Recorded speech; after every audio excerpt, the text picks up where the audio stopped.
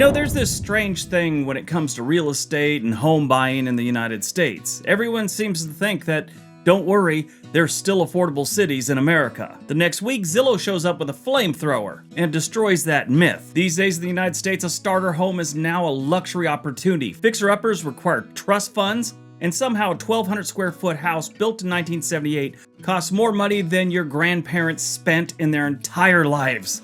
But here's the thing, it's not just that there's no affordable cities left in the United States. There's just very few, and they're on borrowed time. In this video, we're looking at 10 cities that are still relatively affordable in 2026. No megacities, no million-plus metros, no places we've beaten to death on this channel. These are cities quietly sitting under the radar while the moving trucks warm up in the distance. Let's take a look. Number 10, Cedar Rapids, Iowa. Cedar Rapids is the second largest city in Iowa, and it's located in the eastern part of the state along the banks of the Cedar River. It's known as the City of Five Seasons. Apparently, these people don't know how to count. Cedar Rapids is what happens when a city chooses stability over hype. Median home prices still hang around the low mid-200s range, and that's not dirt cheap, but in today's market, it feels like finding a gas station that has prices under $2. The job base is solid: manufacturing, food processing, logistics, not flashy stuff. Not jobs you put on your vision board when you're a 14-year-old girl. Just solid jobs that pay the mortgage, pay the rent, and keep you fed. As more people realize the Midwest offers quality of life per dollar, cities like Cedar Rapids stop being overlooked and start being smart investments. But the minute HGTV discovers it, it's over. And the minute HGTV discovers me, I might get a cable show. I don't know. I always dreamed about that. I want an HGTV show that tells inappropriate jokes about people's homes. That's my dream. And if your dream is to move to Cedar Rapids, the average home value here is $201,000. That is of February 2026. Number 9, Decatur, Alabama. Decatur sits right next to Huntsville, and Huntsville has been growing like it just discovered caffeine and motivational speakers. And they got some spillover, and it's starting to matter in Decatur. There was a time when Decatur was filled with a bunch of dudes that looked like they could have been background players on Deliverance. Decatur's changed. You could still find a home in Decatur for under $250,000. Property taxes are reasonable, and the Tennessee River adds scenery without coastal pricing drama. But here's the risk. As Huntsville continues expanding, Decatur becomes the we'll just live 20 minutes away option. And that's how affordability slowly disappears. First it's commuters, then it's developers, and then it's luxury homes starting in the low 400s. Right now, the average home value here is $217,000. So pack up, Martha. We're heading to Decatur. Number 8, Topeka, Kansas. You never hear anything about Topeka. You know why? It's not on anyone's radar. That's why, and it should be. Topeka's biggest advantage is that nobody brags about moving to Topeka. It's the capital, government jobs provide stability, cost of living sits well below the national average, homes can still be found for near $200,000. It works, people. It works. They even have dentists now. Oh, how they've changed. If you don't know, Topeka is primarily known for its pivotal role in the U.S. civil rights movement. Specifically, it's the birthplace of the landmark Brown v. Board of Education Supreme Court case in 1954. Surprise, surprise, everyone seems to think all the civil rights stuff happened in the Deep South. But like I said, Topeka works, and cities that quietly work tend to attract practical people. Practical people don't need nightlife districts. They need mortgages they can actually pay off. If you want to move there right now, the average home value is $184,000. Number 7, Parkersburg, West Virginia. If you want a home for under $180,000 that doesn't require a time machine, Parkersburg is one of those places. It's Appalachian, it's riverfront, and it's not trying to reinvent itself as the next Asheville by adding coffee places with cute names like the Coffee Espresso. What is happening in Parkersburg is people are doing math, and remote workers know how to do math. And they're going, you know what? I can make a Washington, D.C. salary and live in Parkersburg, West Virginia, and have a neighbor that hunts possums? Sign me up. I mean, with remote workers, if broadband is good enough and the scenery is strong, places like Parkersburg begin to look very attractive. If you don't know, Parkersburg is right on the border with Ohio, so if you're desperately needing someone to give you the middle finger and scream the F word at you in traffic, it's right there for you.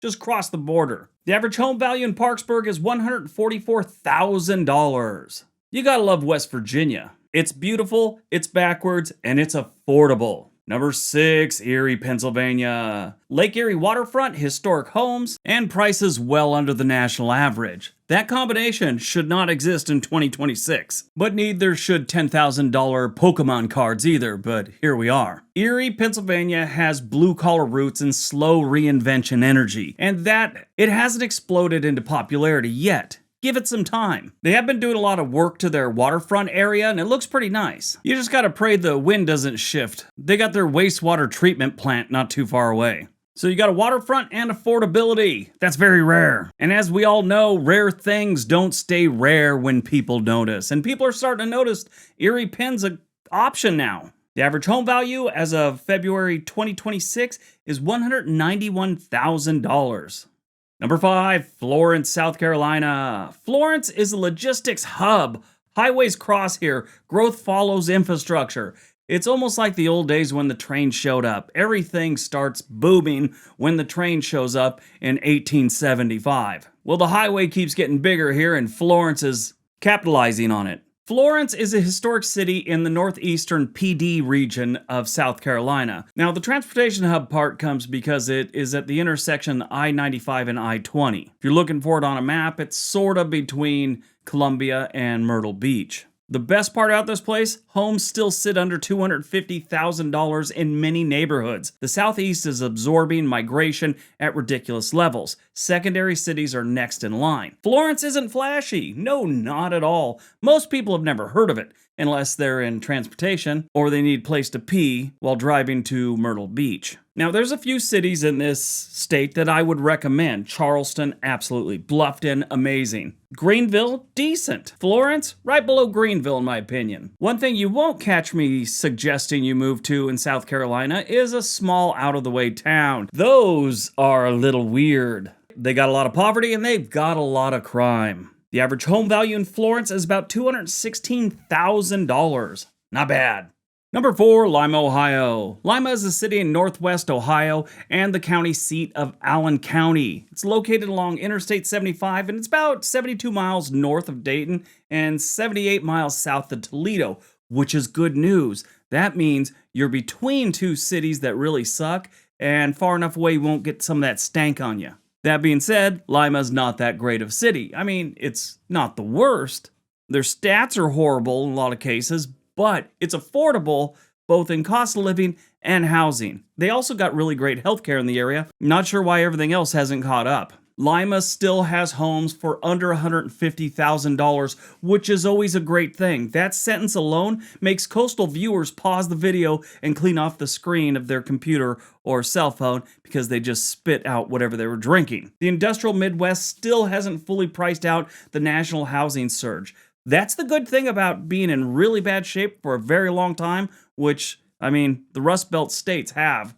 That a lot of people would never dream of moving to Lima. They would rather live in places where they rent the rest of their lives and run the risk of ending up on the street in their 50s or 60s. When the Midwest correction finally hits, cities like Lima will move quickly. So get in there now. Number 3, Lawton, Oklahoma. Lawton is a city in southwestern Oklahoma, and as of the 2020 census, about 90,000 people call it home, making it the 6th largest city in the state. In Oklahoma, that's basically VIP status with a side of gravy. Lawton is best known for being, right there at Fort Sill, so it's an army town. The two are so connected, they might as well share a mailbox. If Lawton had a dating profile, it would just say, into long walks, wide open skies, and artillery practice. It's a place where history, humidity, and the sound of distant training exercises all come together in one uniquely Oklahoman symphony. The military presence keeps Lawton economically anchored. Housing prices are still manageable here. Outdoor access to the Wichita Mountains adds something most Oklahoma cities don't have: affordability and scenery. That's a powerful combination.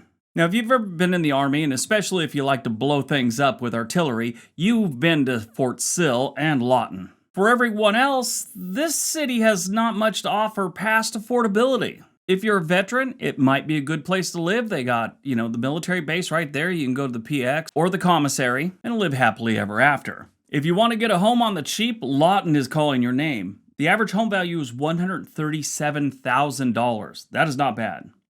Number 2, Elmira, New York. Upstate New York still has pockets of sanity. I know that's hard to believe. If you spend any time watching cable news, you're probably surprised any place has some sanity right now. But Elmira makes it work.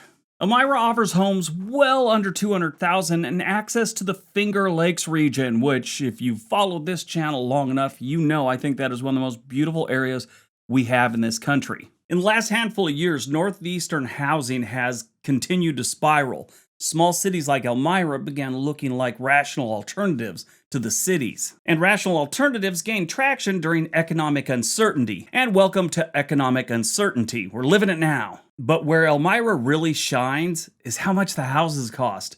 The average home value right now is $117,000. I poked around Zillow. You're probably looking at closer to $170,000 to get something decent, but you can find them for around $117,000. All right, before we get to number 1, if you're thinking about moving to any one of these places, there's a link for a website called Home and Money in the description area below. They can get in touch with a real estate agent for you anywhere in the country. All right, on to number 1. And number 1, Grand Junction, Colorado. Is Grand Junction the best place to live in Colorado? Absolutely not. This is Western Colorado without the Aspen attitude and the Aspen invoices. You get red rock cliffs, river trails, snow-capped postcard views, and the kind of sunsets that make you think your eyeballs now have AI. The best part is when you go to buy a house, the realtor doesn't hand you a contract and a therapy referral. It's the same rugged scenery, just without the "what's the name of your hedge fund?" follow-up question. To be perfectly honest, prices are climbing. The secret is leaking. Word is getting out. Retirees figured out they can sell a suburban ranch in California, show up here with a U-Haul and a Labrador, and still have enough left over for a camper van and matching e-bikes. So what do you get in this part of Colorado? Outdoor recreation? World class. Hiking, biking, rafting, skiing, climbing, fishing. You can fill your retirement with adventure instead of pickleball arguments. The air smells like juniper. And your biggest stressor is, should you actually go hiking today before the thunderstorms roll in? Grand Junction is a great place to live. I would suggest it to everyone. It is the most expensive place on this list, but it's still below the national average. The average home value here is $410,000. The national average right now is about $455,000. So it's still somewhat of a bargain, plus you're in the frickin' Rockies basically. Alright, that's today's video. Tell me what you thought. Which one was your favorite? I'd love to hear from you. Alright everyone, have a great day. Be nice to each other.